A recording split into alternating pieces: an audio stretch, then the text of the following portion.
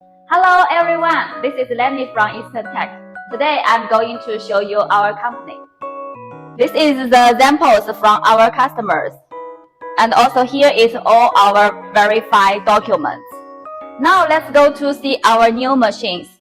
This is our new machine EW/1925. This machine is for processing heat shinkable, like this.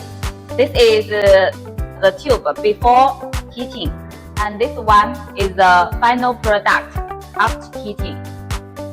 The heating range for the wire is 1 mm to 10 mm diameter. The range for the shinkable is 20 to 100 mm for this machine. Max temperature is 800 degrees. All the parameters can be set from this program. Welcome to contact us for more details.